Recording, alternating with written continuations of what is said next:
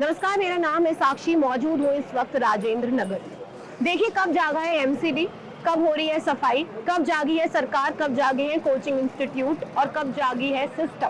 अब सफाई हो रही है। यहाँ पे अभी भी स्टूडेंट्स हैं जो प्रोटेस्ट कर रहे हैं, इनसे बातचीत करेंगे। मैम, हम लोग यहाँ जिस दिन से ये इंसिडेंट हुआ है उस दिन से मौजूद हैं, क्योंकि कई लोग आए, उन्होंने प्रॉमिस दिए, बट उनके प्रॉमिसेस भी वैसे ही हैं कि चीज़ें होगी। तो अभी हमारा जो इमीडिएट एम है वो एम यही है कि सबसे पहले तो हम कंपनसेशन की जो अमाउंट है वो लमसम 1 करोड़ या 1.5 करोड़ तक पहुँचा सकें। उसमें सिर्फ राउज आईएएस नहीं और भी कोचिंग्स वाले कंट्रीब्यूट कर रहे हैं। अभी सामने आया, उनका प्रेस रिलीज सामने आया है। और हम कोशिश कर रहे हैं कि सिर्फ ये जो 3 बच्चे हैं, इन 3 को ना काउंट किया जाए। जो लड़का नीलेश राय है जिसकी इलेक्ट्रोक्यूशन से पटेल नगर में डेथ हुई है, उसको भी काउंट किया जाए। और फिर आतिशी मैम आई थी, उन्होंने एक पोर्टल बनवाने की बात की जिसमें स्टूडेंट गर्भियांश रखा जाएगा। तो मैम देखिए, इशू एक इंसिडेंट, आइसोलेटेड इंसिडेंट था कि कुछ बच्चों की डेथ हुई। बट मैम जैसे जैसे हम लोग यहाँ बैठे हैं, यहाँ की और स्ट्रक्चरल प्रॉब्लम्स जो हैं वो सामने आ रही हैं। अभी एक 42 ब्रोकर्स की हमने लिस्ट बनाई है, ब्रोकर्स की और उनकी लैंडलॉर्ड्स की जिन्होंने बच्चों को हरास किया है। कुछ ब्रोकर्स ने मैम इनफैक्ट सेक्सुअल फेवर्स तक मांगे हैं। तो वो सारी लिस्ट हम देंगे उनको, लैंडलॉर्ड्स को, क्योंकि ये एक एकदम कमर्शियल हब हो चुका है।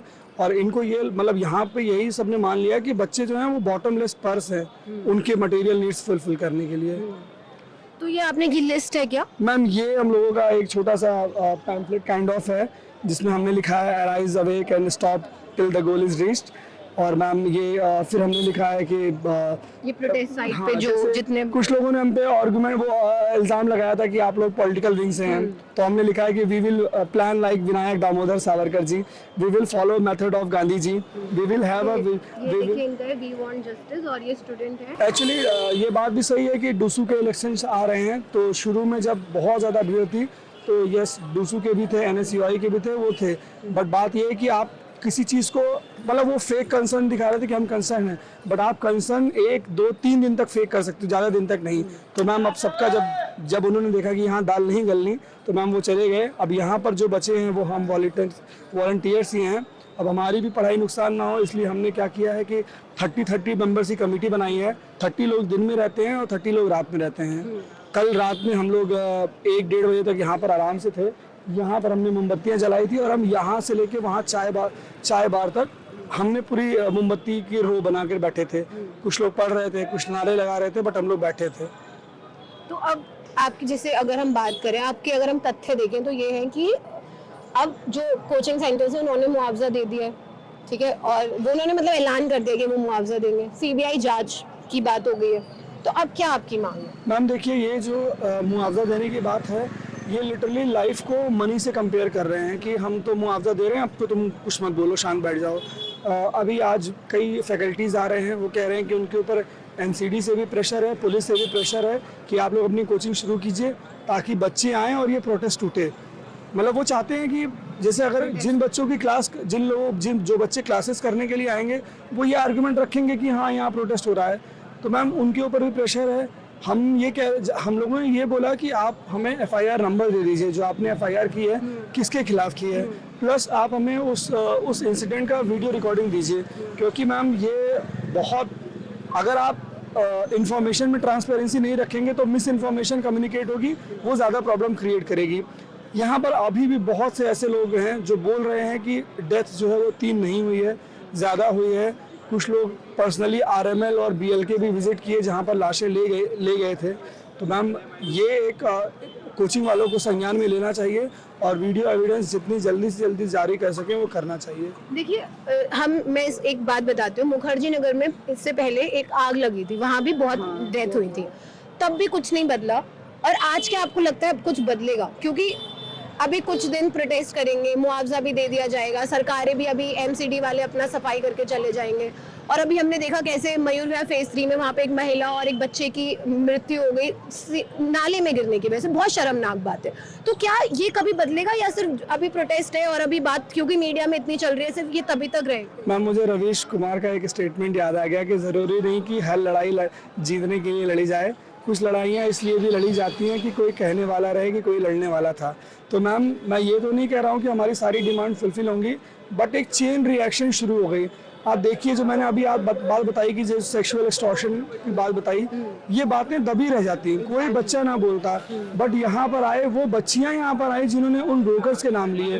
तो मैम एक चेन रिएक्शन शुरू हुआ है, एक पॉजिटिव मैसेज दिया गया है। हम होप कर सकते हैं, और होप एक अच्छी चीज़ है, और हर अच्छी चीज़ लड़ने के लिए होती है। तो हम कोशिश करेंगे मैम वो एक कॉम्प्रिहेंसिव लॉ लाने की बात की जा रही है, जिसमें ये रेंट और रेंट रिलेटेड चीज़ों को रेगुलेट करेंगे। जो दिल्ली का रेंट एक्ट है वो, अब if I am not wrong, वो 2002 या 1994 के आसपास का है। उसके हिसाब से ब्रोकर जो है वो सिर्फ 4% ब्रोकरेज ले सकता है। तो मतलब अगर 4000 की प्रॉपर्टी है तो करीब 40 के करीब हुआ। तो मैम यहाँ पे जो अभी ब्रोकर्स रेंट लेते हैं वो 40% होता है, वो 60% होता है, वो 100% होता है। ये 3 ब्रैकेट्स हैं यहाँ पे। अगर आप फर्स्ट टाइम यहाँ कोचिंग करने आ रही हैं और आपने कोई रूम लिया, तो आपको एक साथ 3 महीने का रेंट देना पड़ रहा है। आप रेंट दोगे, आप एडवांस दोगे। पीजी में भी या सिर्फ फ्लैट? नहीं, पीजी एंड फ्लैट सब में। आप रेंट दोगे उस मंथ का, आप एडवांस दोगे, ये दोनों तो आपके ओनर के पास जाएगा।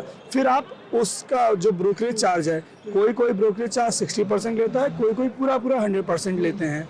और मैम आप कितना भी ट्राई कर लीजिए, वो नहीं मानते। आपके पास कोई जरिया नहीं है आप रिपोर्ट कर सको। जैसे कि अभी आतिशी आई थी, उस दिन उन्होंने बोला कि हमने एमसीडी की ऐप बना रखी है। तो मैम मैंने पर्सनली एमसीडी की ऐप पे इलीगल कंस्ट्रक्शन को, हमारे घर के सामने, मैं 2/1 में रहता हूँ, हमारे घर के सामने एक सज्जन है, वो अपने घर पर एल्यूमिनियम की शीट लगा के रूम बना रहे हैं और उसको वो रेंट पे रख रहे हैं। तो मैंने रिपोर्ट किया था एमसीडी की ऐप पे कि ये इलीगल कंस्ट्रक्शन चल रहा है। एमसीडी की ऐप पे मैम मुझे 2 दिन बाद रिप्लाई आता है कि your issue has been resolved. मैं क्या करूं बताइए? मेरे मतलब वो सामने आ गया कि your issue has been resolved. अब आप कंप्लेन कैसे करोगे, किसे करोगे कंप्लेन, जब सिस्टम इतना फ्लॉ है, पूरा सिस्टम ही खराब है। तो और मैं आपको एक अच्छी बात बताऊं, ये इस प्रोटेस्ट की एक अच्छी बात बताऊं, इतने सब, मैं 1.5 साल से यहाँ हूँ। आप इधर एक बार देखिए, फर्स्ट टाइम लग रहा है कि यार ये रोड इतनी चौड़ी है। फर्स्ट टाइम लग रहा है कि ये रोड इतनी चौड़ी है। आप 3-4 कार्स यहाँ खड़ी होती हैं, गोलगप्पे वाले वहाँ खड़े हो। और हमें फर्स्ट टाइम ये पता लगा कि भाई एमसीडी के पास बहुत रिसोर्सेज हैं। ये बड़े बड़े ट्रक्स आए, उन्होंने सीवर साफ किए। हमारे लिए तो एमसीडी वही था कि वो कर्मचारी आ गए, उन्होंने झाड़ू लगा दी। हमारे लिए तो एमसीडी वही था। आज पता लग रहा है कि नहीं, एमसीडी के पास रिसोर्सेज की कमी नहीं है, कमी है तो बस नीयत से काम करने की। नियत शायद किसी की नहीं है, बात कर ले अगर किसी भी सरकार की, क्योंकि हमने देखा कैसे नया पार्लियामेंट बना, वहाँ पानी भर गया। कोई भी सरकार, हर सरकार इस वक्त कटघरे में खड़ी है और हर सरकार इसकी जिम्मेदार है जो सिस्टम खराब हो रहा है। कोई सरकार काम करती नजर नहीं आ रही है, मुझे तो यही नजर आ रहा है सिचुएशंस के बाद। नाम बात ये है कि जब भी कोई आवाज़ उठाता है तो सामने बहुत से स्टेक होल्डर्स होते हैं, वो वेट करते हैं उसके गिरने का, उसके बैठने का। अन्ना हज़ारे का मूवमेंट सक्सेसफुल, हम लोग मानते हैं सक्सेसफुल हुआ। ओम्बुड्समैन का लॉ आया, वो सक्सेसफुल इसीलिए हुआ क्योंकि वो ग्राउंड पर टिके थे। एंड आई एश्योर यू, हमारा प्रोटेस्ट तब तक कंटिन्यू रहेगा जब तक यहाँ एक बच्चा भी बैठेगा। कई बच्चे हैं ऐसे जिनको कल निकलना है घर, कुछ लोगों को परसों निकलना है, कुछ लोगों का परसों CAPF का पेपर भी है। बट मैम मैं ऑनेस्टली बताता हूँ, ये प्रोटेस्ट चलेगा। और जो रेंट और एलाइड एक्टिविटी, जो कोचिंग एंड एलाइड एक्टिविटी का लॉ लाने वाले हैं ये सरकार, वो लॉ लाएंगे और उसमें रिफॉर्म भी हम टाइम टू टाइम करते रहेंगे। एक बार ड्राफ्ट अगर बनकर आ गया तो फीडबैक हम देंगे। यहाँ पे पढ़े लिखे बच्चे हैं, आप इनको बेवकूफ़ नहीं बना सकते हो। पढ़े लिखे नौजवान या पढ़े लिखे इंसान को बेवकूफ़ नहीं बनाया जा सकता, बहुत सच है। जो लोग ये बोल रहे हैं कि क्या कहते हैं कि प्रोटेस्ट कमज़ोर हो गया, मैं उनसे ये रिक्वेस्ट करूँगा, बस एक बार आप रात 8 बजे आ जाइए, आपको सच्चाई पता लग जाएगी कितना कमज़ोर हुआ है। आपका नाम? मैम गौरव। बहुत अच्छा लगा आपसे बात करके, थैंक यू सो मच। ये हम यहाँ के स्टूडेंट से बात कर रहे थे, ये थे गौरव, जिन्होंने हर बात बहुत अच्छी तरीके से आपके सामने रख दी। ये स्टूडेंट्स प्रोटेस्ट कर रहे हैं, 8 बजे की तस्वीर आपके सामने, आपने बहुत सोशल मीडिया पे देखी होंगी। मोमबत्ती उन्होंने जलाई यहाँ पर और कैंडल मार्च भी किया और पोस्टर लगे हुए हैं। ये है रोल राजेंद्र नगर की स्थिति जो अभी आपके सामने मैं प्रस्तुत कर रही हूँ, जो दिखा रही हूँ, और किस तरीके से छात्र यहाँ पर आंदोलन कर रहे हैं। अभी और तस्वीरें आपके सामने लाते रहेंगे, लेकिन हर सरकार और सिस्टम और MCD और जो कोचिंग सेंटर चलाने वाले व्यापारी हैं, वो सब कटघरे में इस वक्त खड़े हैं। और ये बहुत बहुत शर्मनाक बात है कि हादसे होने के बाद भी हादसे रुक नहीं रहे हैं। हाथ से हमारे सामने रोज तस्वीरों के माध्यम से आ जाते हैं। आपका क्या कहना है प्लीज हमें कमेंट सेक्शन में जरूर बताएं और फिलहाल अभी के लिए इतना